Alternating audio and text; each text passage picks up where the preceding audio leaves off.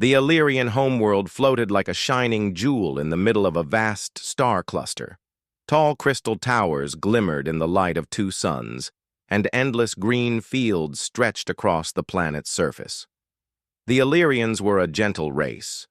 They valued art, knowledge, and peace more than anything else. For thousands of years, they had known no war. Their cities had no armies, only scholars, farmers, and builders. But peace did not last forever. From the dark void came the Karvok Empire. Their warships were huge, black like shadows, with red lights glowing on their armor. The Karvok were known across the galaxy for one thing: conquest. They did not trade. They did not negotiate. They only destroyed and took what they wanted. The Illyrians had always believed their advanced technology would protect them, but their peaceful tools were useless against the Karvok's brutal weapons.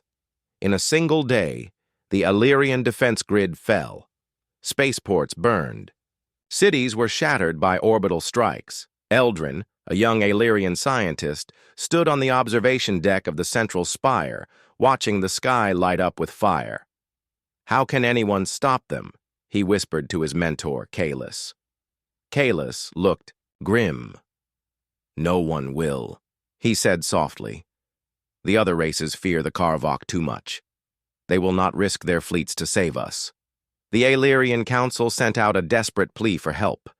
They transmitted messages to every corner of the galaxy. "We are under attack.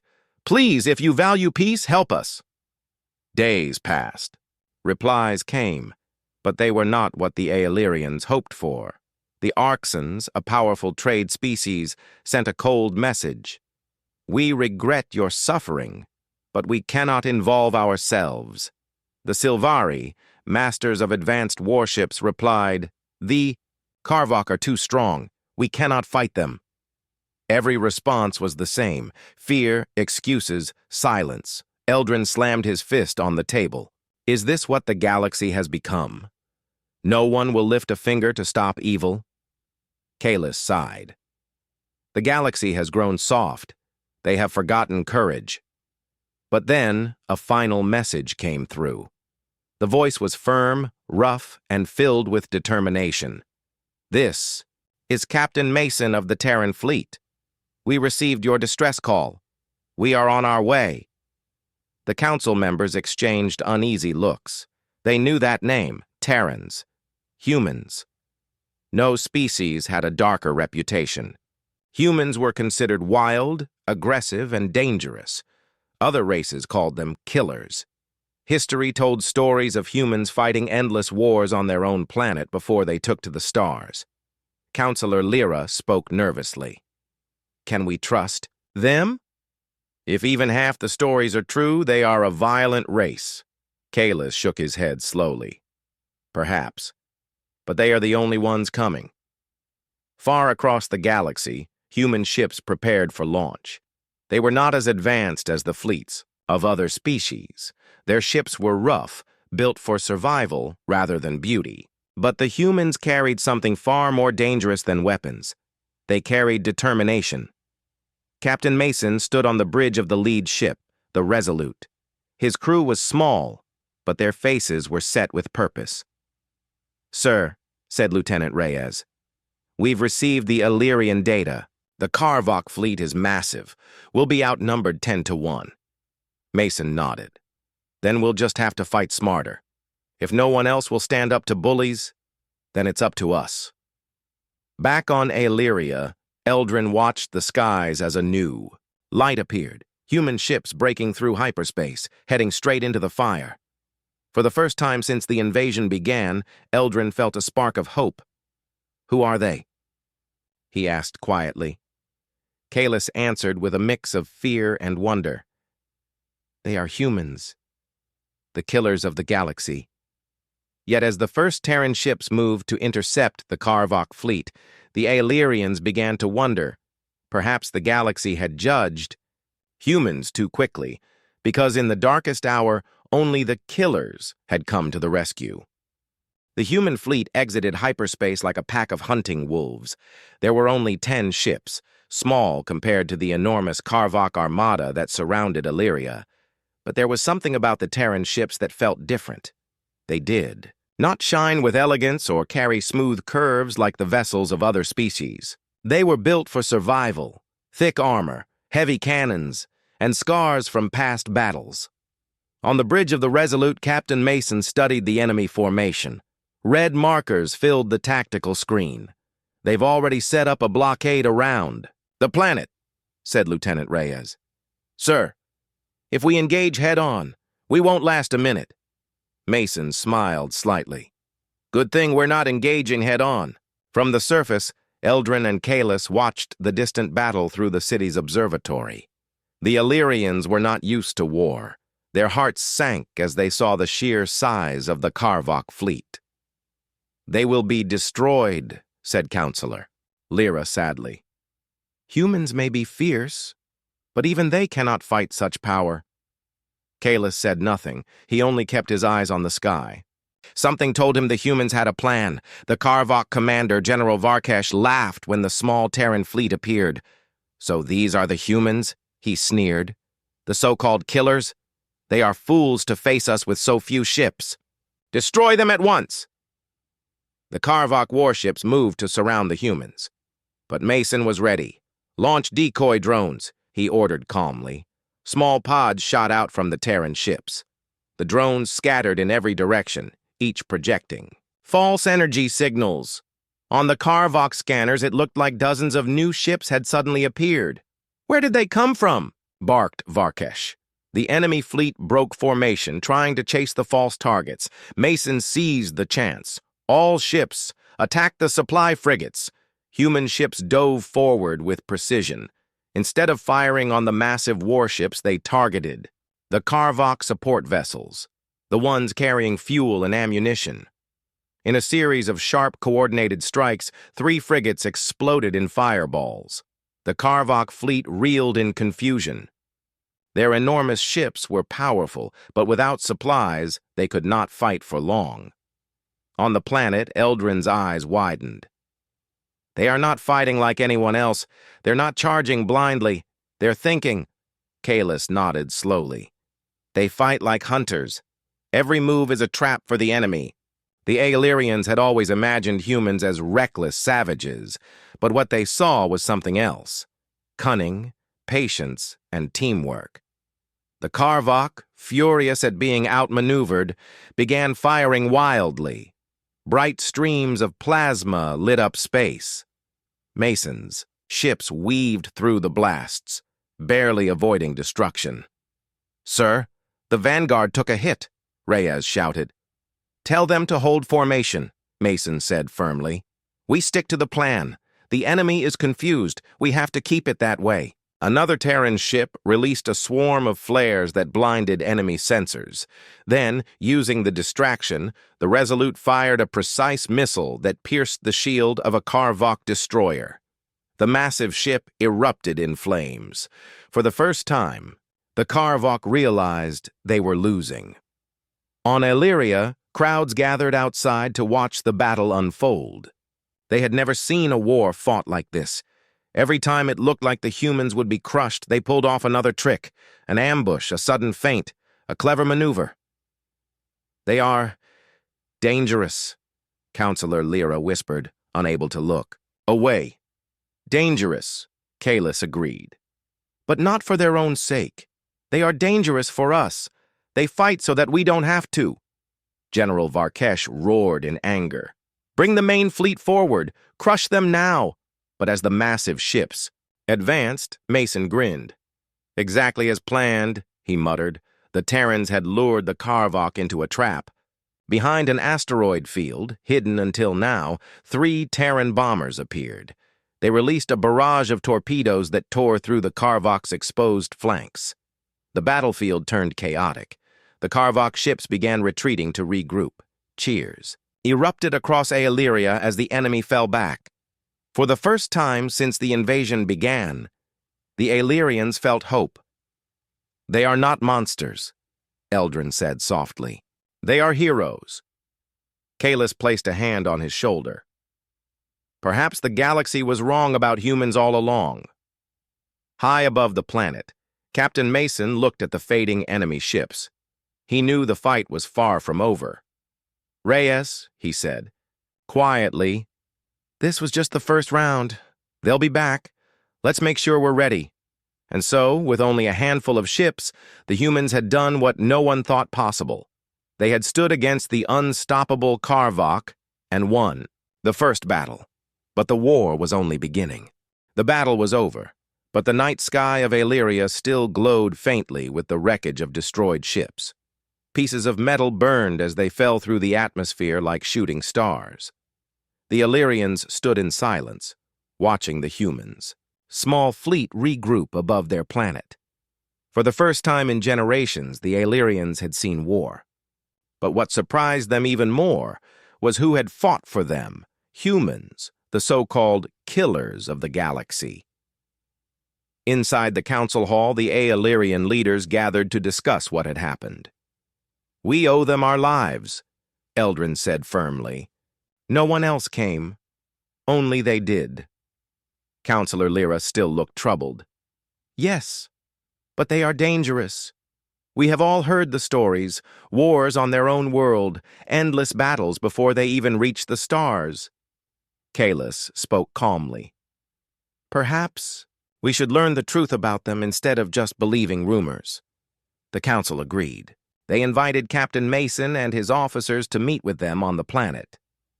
When the humans arrived, the Illyrians were surprised.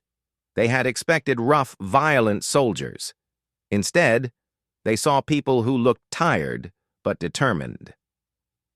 Mason removed his helmet and greeted the council with a firm handshake. "We came because no one else would," Mason said simply. "We don't fight for glory. We fight because it's the right thing to do." Eldrin, full of curiosity, asked, "Why? Why risk your lives for us when you gain nothing in return?" Mason paused for a moment. "Because we know what it's like to be helpless. Our history is full of wars and struggles. We've seen what happens when evil isn't stopped. So when we heard your call for help, we couldn't just ignore it." Later, Illyrian scientists met with human crew members to study them. They wanted to understand what made humans so different. Dr. Ceres, one of Illyria's top biologists, carefully scanned a human soldier's vitals. "Your heart rate. It is higher than most species. Your bodies produce chemicals when you face danger. It makes you faster and stronger." Reyes laughed lightly. "We call that adrenaline.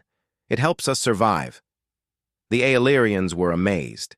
Humans had evolved on a world full of predators, diseases, and dangers. They had developed strong immune systems, quick reflexes, and the ability to adapt to any environment. But it wasn't just their bodies. The more the Illyrians observed, the more they noticed something else. Humans cared deeply for one another.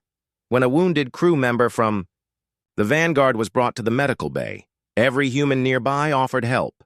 Some gave blood, others worked tirelessly to repair equipment, and not a single one complained. Dr. Ceres whispered to Kalis, "They fight so hard not for power but for each other. Their strength is not just in weapons.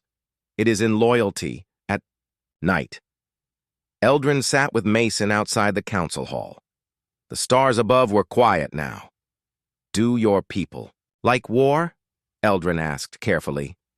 Mason shook his head.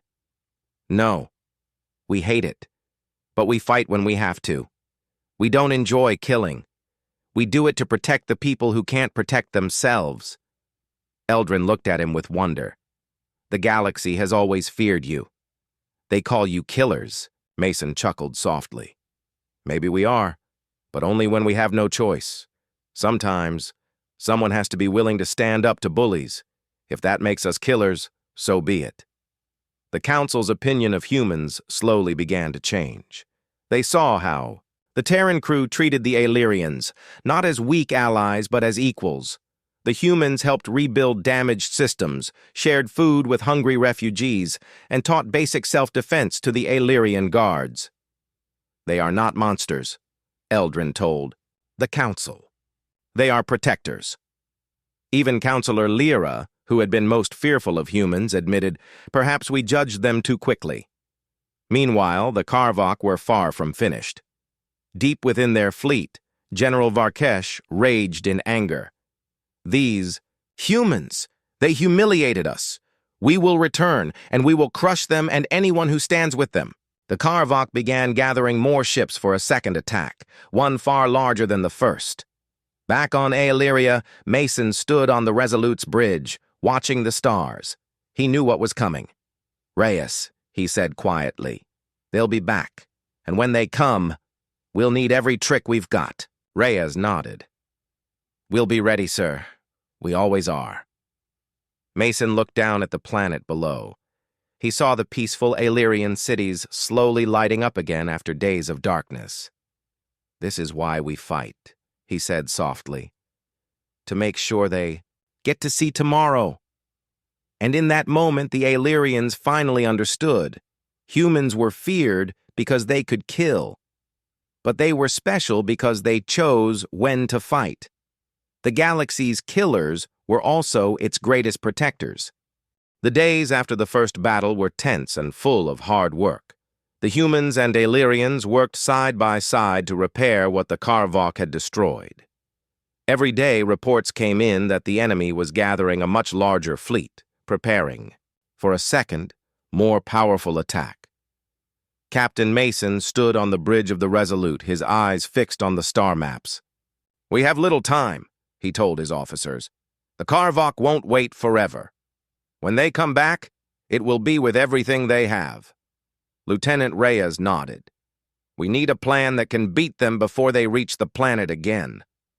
Mason's gaze shifted to the peaceful world below. "This isn't just about ships and weapons. It's about protecting lives. The Aelirians trusted us. We can't let them down." Far below, in the Aelirian cities, preparations were underway. Though they were peaceful, the Aelirians knew they had to defend their home. Engineers worked quickly to set up new defense systems. Scientists helped the humans modify weapons and shields. Farmers shared food and water with the Terran crew, showing a gratitude that warmed even the hardened human soldiers. Eldrin and Kalis walked through the rebuilding city. "It is strange," Eldrin said quietly, "how humans bring strength, through their fierce fighting, but also through kindness." Kalis smiled. "It is their greatest gift. They fight hard, but they also care deeply." As the second Karvok fleet approached, it was much larger, more than 50 warships. This time, the dark ships moved like a storm, blotting out stars as they closed in. General Varkesh commanded from the flagship Dreadspire. "This time, we will crush the humans and their weak allies. No mercy." But Captain Mason had a plan born from every battle they had fought before. A combination of human courage, clever tactics, and the new alliance with the Aelirians. "We cannot win by strength alone," Mason said firmly. "We fight smart. We use every advantage they don't expect." The battle began with the Karvok opening fire on the planet's new defense shields. Bright energy beams cut through the darkness, hitting the shield generators. But the Aelirians had learned from the humans and moved quickly to repair the damage. The human fleet moved in tight formation. Using small, fast fighters called Falcons, they darted between enemy ships, attacking weak points and confusing the enemy's sensors. Mason's voice was calm but strong. "Falcons, focus on the Karvok weapon platforms. Destroy their main guns first." The tiny fighters weaved through a storm of plasma fire. One by one, they took out the enemy's biggest weapons. Without them, the Karvok fleet lost much of its power. In space, the fight was fierce. Explosions lit up the darkness as ships collided. But the humans fought like a single living thing. They protected each other, covering their wounded and pressing forward together. "Captain, the Vanguard is surrounded," Reyes shouted. "Hold the line," Mason ordered. "We don't leave anyone behind." The humans formed a tight circle, firing in all directions. Then, suddenly, a hidden squadron of Aelirian stealth ships appeared, attacking the Karvok from behind. The enemy was caught off guard. On the planet, the Aelirians used their technology to jam enemy communications. The Karvok grew more confused and angry. Eldrin watched from a command center. "The humans are brave," he said, "but it is the Aelirians' knowledge that is turning the tide." Kalis nodded. Together, they are unstoppable. As the battle raged, Mason prepared for the most dangerous part of the plan, a direct attack on the Dreadspire, the Karvok flagship. If the Dreadspire was destroyed, the enemy fleet would lose control and likely retreat. "Reyes, you and I lead the strike team," Mason said. "This is our chance." The strike team flew in, smaller, heavily armored ships designed to break through the flagship's defenses. The rest of the fleet held the enemy in place. The approach was deadly. Enemy fire tore through space, but Mason's team moved with skill and courage. Finally, they reached the Dreadspire. Inside the flagship's bridge, General Varkesh snarled, "Destroy them! Don't let those humans near!" But the strike team had already deployed special explosives. The Dreadspire shook violently as the bombs detonated inside its core. The massive ship exploded in a brilliant fireball, lighting up space like a new star. With their leader gone, the Karvok fleet began to break. Ships fled in all directions, some surrendering to the humans and Aelirians. Captain Mason breathed deeply as the battle ended. "We did it. They are retreating." Lieutenant Reyes smiled. "We saved Aeliria." Back on the planet, cheers filled the streets. The Aelirians and humans stood together, knowing their combined courage had saved the world.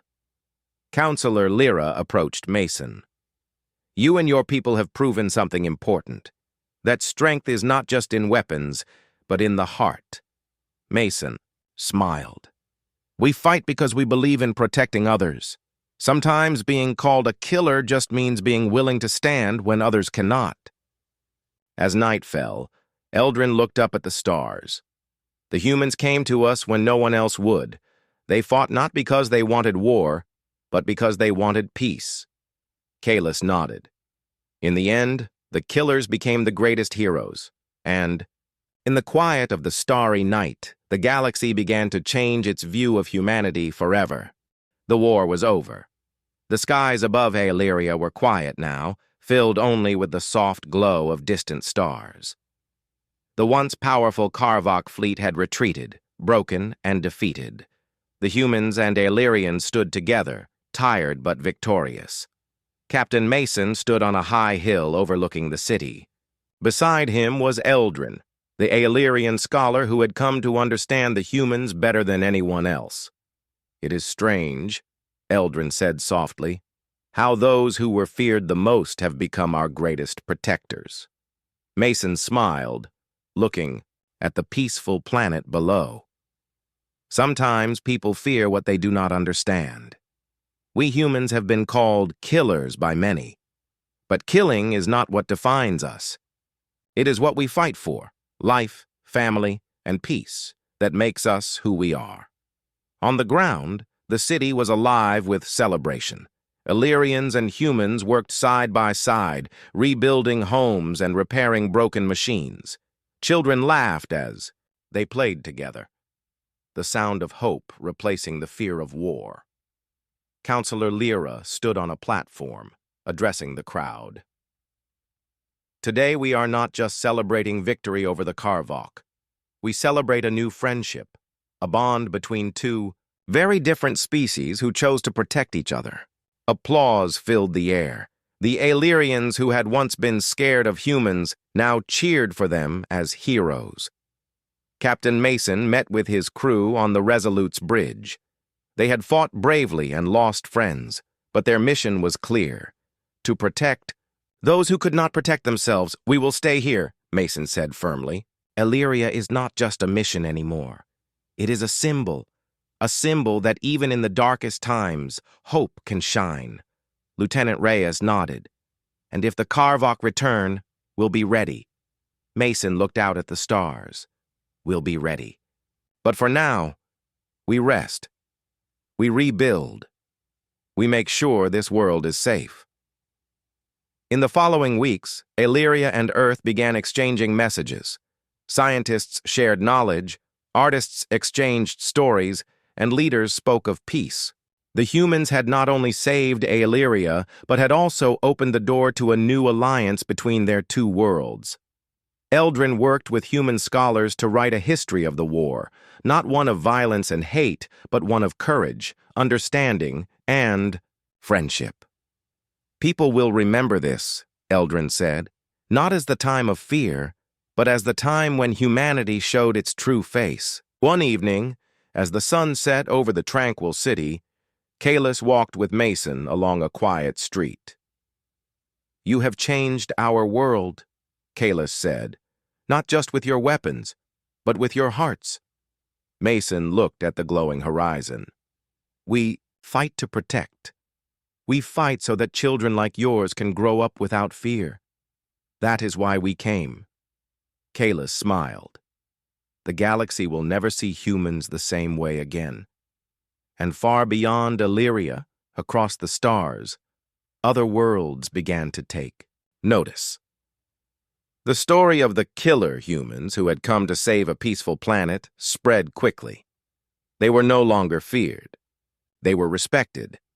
The humans had shown that strength was not just about war, but about courage, sacrifice, and the will to protect.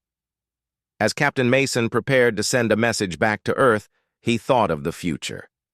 "Maybe," he said quietly, "this is just the beginning. The beginning of a galaxy where different worlds come together, not to fight, but to stand as one." He pressed the button, sending the message across the stars. "We came as killers, but we stay as guardians."